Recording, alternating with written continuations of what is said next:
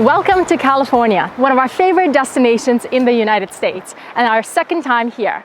Last year we came and did an amazing road trip along the coast, Highway 1, and this year we're back to check out the High Sierra. This is a great time to visit Yosemite National Park and this region because there was a lot of snow in the winter, a lot of rain, and that means the rivers are gushing, the waterfalls are gushing, and the wildflowers are just incredible. Luckily this year, Yosemite National Park also doesn't require reservations, so it's easy to visit even if you're coming last minute. So follow along as we take you on our adventure in Yosemite region and Mariposa County. We'll show you where to go, what to do, where to eat, where to stay, and so much more, and all of the tips for making this the best time to plan a trip to Yosemite region.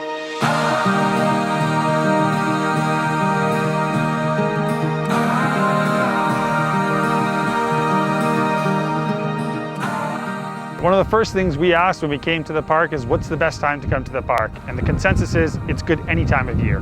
We're here in mid-spring, and as you can see, absolutely beautiful weather. The waterfalls are absolutely pumping down with water, so it's a very good time to come right now.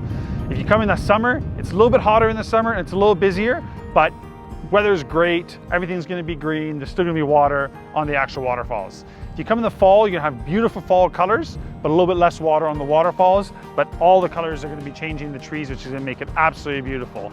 And last but not least is winter. If you come in the winter, everything's gonna be snow-capped, there's gonna be a lot less people, and you're just gonna be able to enjoy a nice little winter wonderland in Yosemite National Park.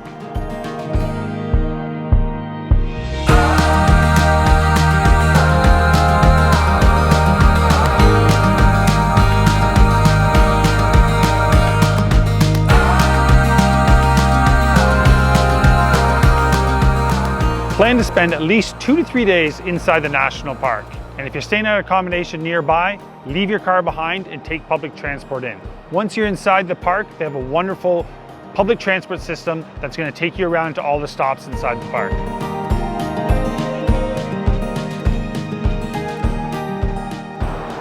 We recommend starting your trip with a guided tour of the valley floor. These are conducted by rangers and experienced drivers. They're going to take you around, teach you about the park and how it was formed. After you're done with that, make sure you don't miss any of the popular spots inside the park.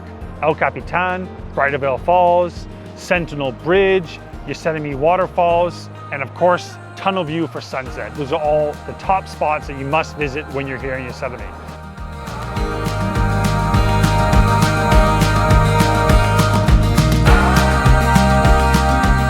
But before you get to see sunset, you gotta go head off on some of these trails and explore on foot.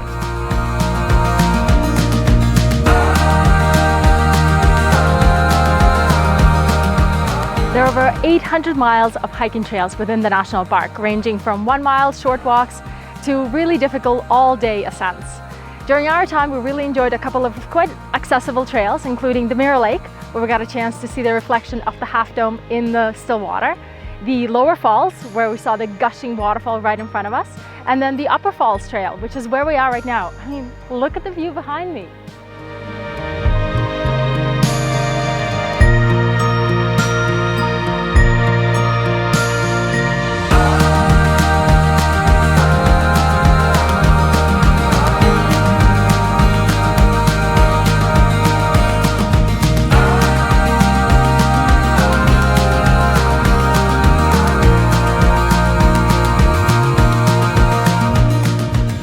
There's a lot to do outside of the national park in this area, so we really encourage you to take your time, settle in for a couple of extra days, and explore the area.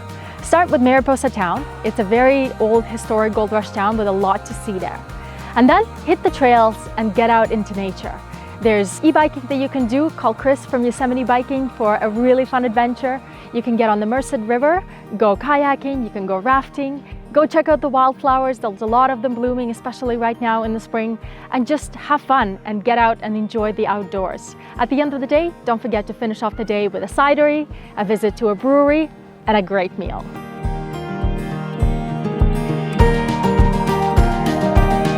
So let's talk about food. If you're going to be spending a lot of time in the national park, you'll be happy to know there's a lot of food options right on the valley floor.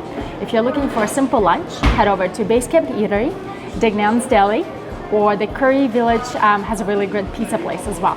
For dinner, you can head to the mountain room, or our favorite experience was going on to the Ahwahnee Hotel. You don't have to be a guest to go there, and grabbing some stuff from the bar and just enjoying it with a view of the park. Amazing. There's of course lots of options outside of the park as well. Most lodges will have dining rooms on site, as well as we really enjoy food in Mariposa town. So there's lots of good options here, like this delicious ramen that we have in the little ramen shop here. There's also a couple of Mexican restaurants here. There's a local brewery called 1850 with a restaurant on site, and many other restaurants. So don't be afraid to explore.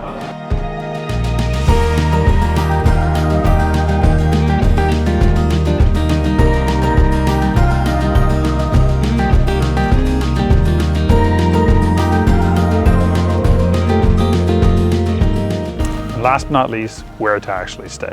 The valley floor has 2 lodges and many campsites, but they're often booked up way in advance. But don't worry, there's lots of other accommodation. You can stay at some nice luxurious lodges with spas like Tenaya Lodge, which is just about an hour away from the park, or you can come all the way to Mariposa where there's lots of accommodation. We found this real cool one where we get to stay in an Airstream.